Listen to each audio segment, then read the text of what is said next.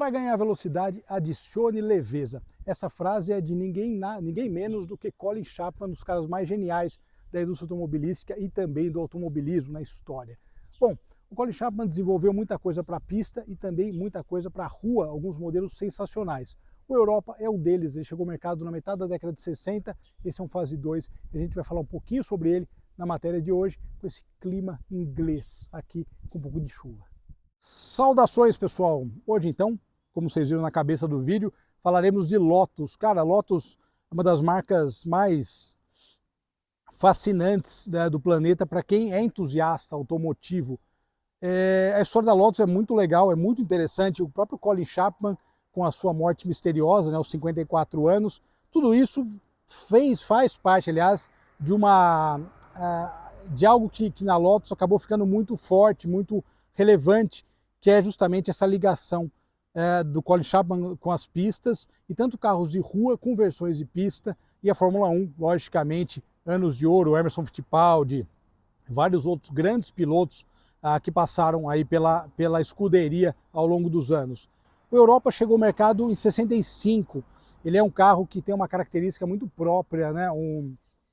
Eu falei na cabeça do vídeo da leveza, né, para ganhar potência adicione leveza. Essa é uma das melhores frases já formuladas no planeta, porque esse carro tem um centro de gravidade lá embaixo, lá no chão, é um carro leve, carroceria de fibra de vidro, e um chassi leve também, com o motor entre eixos. Olha só que legal. Então a gente olha aqui, olha como ele é baixinho em relação ao asfalto, né? Ele é bem baixo. E esse design da década de 60 e 70 eu acho simplesmente fabuloso, que aqui também a gente teve marcas como Puma, tal, que beberam nessa fonte. Eu acho simplesmente fenomenal. A dianteira desse carro eu acho bem legal, somente isso aqui, ó. Olha lá. A gente vê que a gente está falando de um carro inglês, né, com esses piscas, faróis a Lucas, né, sistema elétrico Lucas, bem conhecido. Sempre o pessoal comenta de algumas dores de cabeça, mas sem dúvida nenhuma que é algo clássico, né, dos ingleses.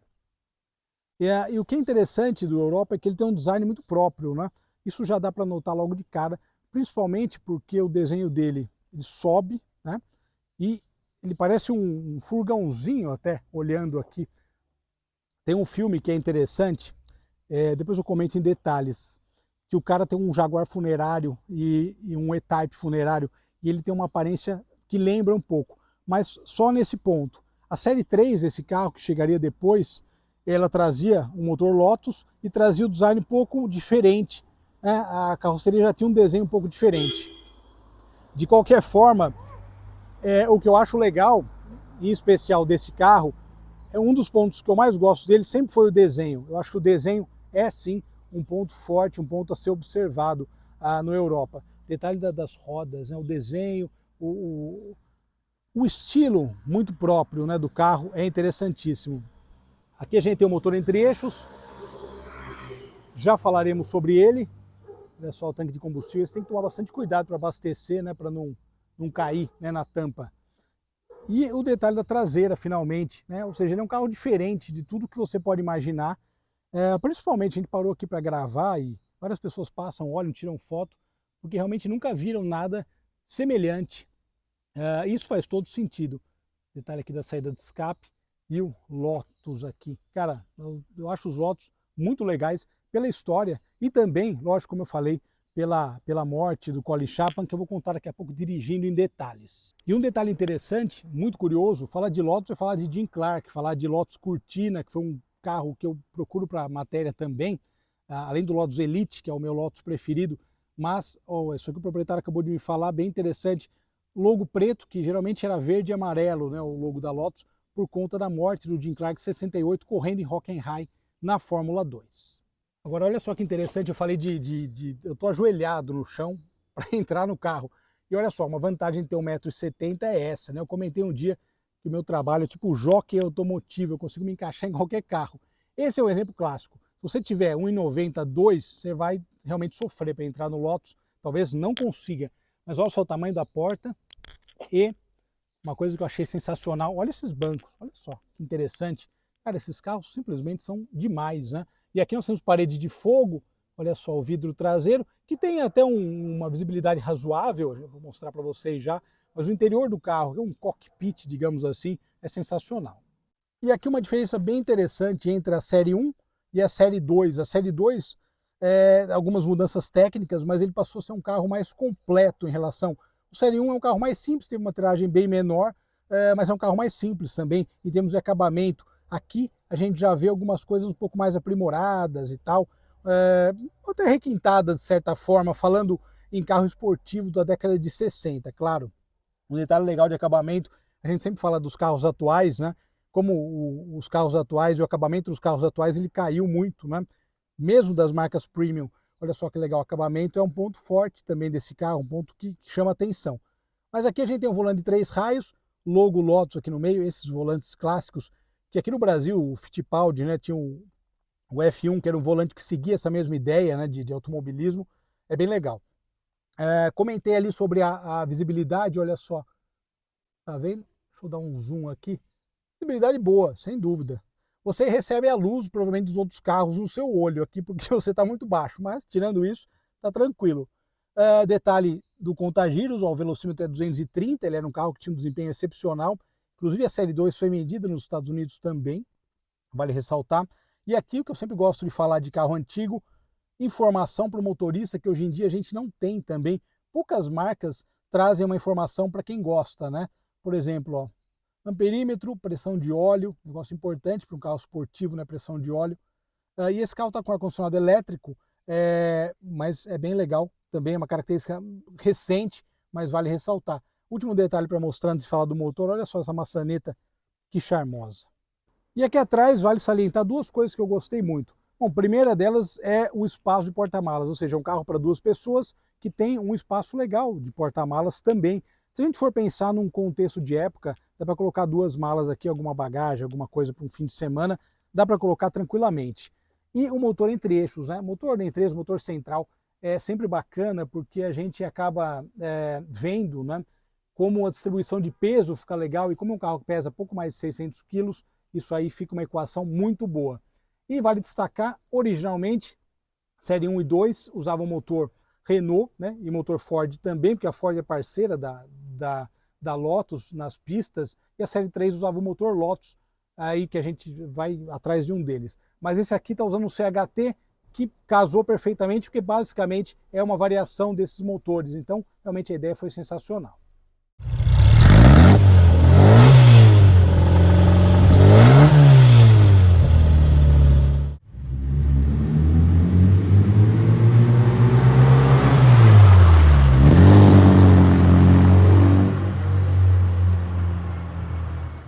Muito bem, pessoal,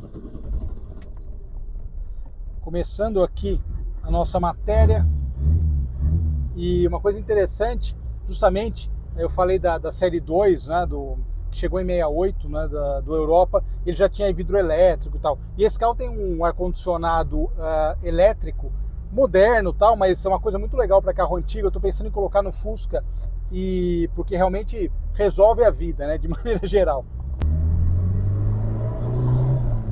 Uma questão interessante é essa daqui do câmbio, que realmente você tem que pegar o jeito do negócio. Aqui dirigindo antes da gravação tá funcionando tudo bem, mas é incrível nesses ingleses aqui, eu vou te falar. Bom, opa. Mas uma questão interessante diz respeito justamente a essa baixa altura dele em relação ao solo. Eu comentei do câmbio, né, mas o câmbio ele exige aí uma prática um pouquinho maior. Eu dirijo os carros bem rápido antes de começar a gravar. Ele é um câmbio realmente com características aí inglesas, uma personalidade muito própria. Mas uma coisa interessante, então, a primeira coisa em relação à altura dele do solo, aqui no Brasil dá para sofrer um pouco com isso.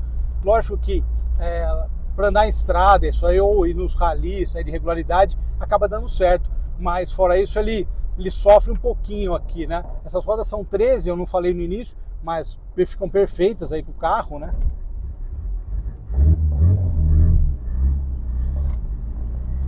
E uma característica dele que é muito legal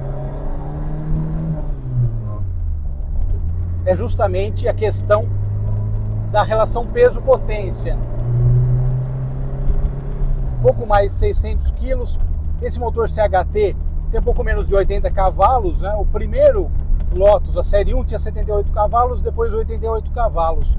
E por fim, o último motor, né, da série 3, um motor aí da Lotus com 120, 125 cavalos.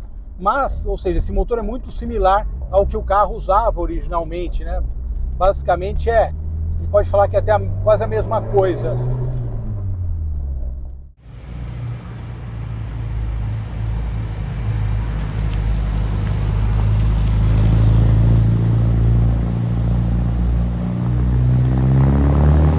E uma característica bacana desse carro, justamente em questão histórica, né, é também o desempenho do Europa nas pistas. É um carro que se destacou bastante por conta dessa questão do baixo peso, né?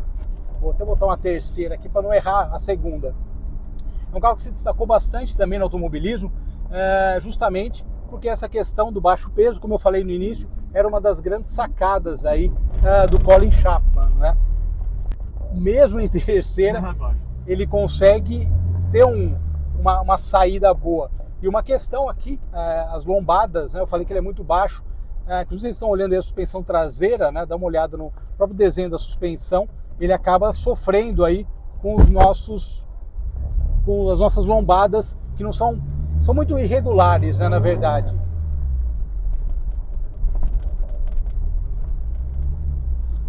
E uma outra característica interessante também é a questão da dirigibilidade. Eu falei que para dirigir o carro você tem que se adequar muito ao tamanho, né?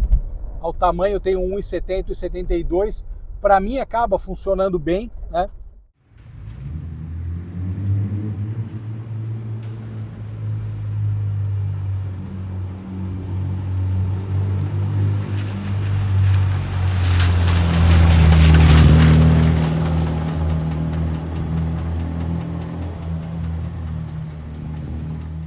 Falei justamente do torque, né? Que é mais fácil engatar a terceira marcha nele do que a segunda. A segunda é muito próxima. Precisaria dirigir o carro aí uma meia hora para pegar realmente o jeito do câmbio. Mas de qualquer forma, sem dúvida que cada carro traz uma história e uma característica muito própria, né? Mas a questão ergonômica dele eu acho sensacional, porque você dirige numa posição esportiva, né, numa posição baixa. Como vocês viram, o carro sofre muito, né, aqui no nosso asfalto, mas eu acho que a grande sacada do Europa é que ele é um carro que ele acabou entrando meio que para o folclore, né, dos automóveis, por conta do estilo, né, até inusitado, que eu acho bacana, mas foi considerado na época bem diferente, né, do habitual. E por fim, claro, o Colin Chapman, que em 82 ele teve um ataque cardíaco, supostamente, algumas pessoas dizem, com 54 anos, e morreu, deixando um monte de dívidas e tal, e dinheiro sumiu, enfim. Mas é mais uma característica, uma coisa legal da história da Lotus e do Colin Chapman, né, como um personagem aí que construiu algo realmente excepcional e que nós brasileiros temos uma ligação por conta do Emerson Fittipaldi, enfim, né, o Lotus preto e tudo mais. Mas é uma história muito legal e realmente dirigir esse carro hoje está sendo uma grande satisfação pela oportunidade, é um dos únicos, né, aqui do Brasil, e realmente é fantástico, mas sem dúvida que tem que ter dirigir um pouquinho mais para pegar todos os trejeitos, mas agradecer ao proprietário, realmente uma experiência única. E o retrovisor, como eu falei aqui, ao contrário dos 356 e 550 Spider, eu achei que esse retrovisor até que funciona bem. Obrigado aí pela audiência, um grande abraço, nos falamos, tchau!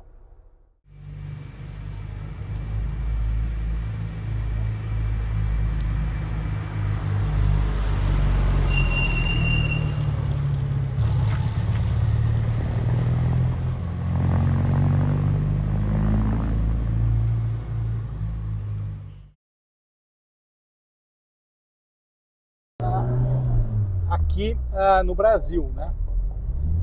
Eita, peraí. Né, aqui no Brasil, porque a gente sabe que tem uns carros que a gente fala de câmbio, mas esse aqui tá ganhando ainda as pautas aqui da garagem. Manhoso o câmbio, manhoso. Tem que ser mais aqui, né? Cara, ele realmente Eu vou botar isso numa parte de erros de gravação, Tranquilo. que realmente... Making off vai ser bom.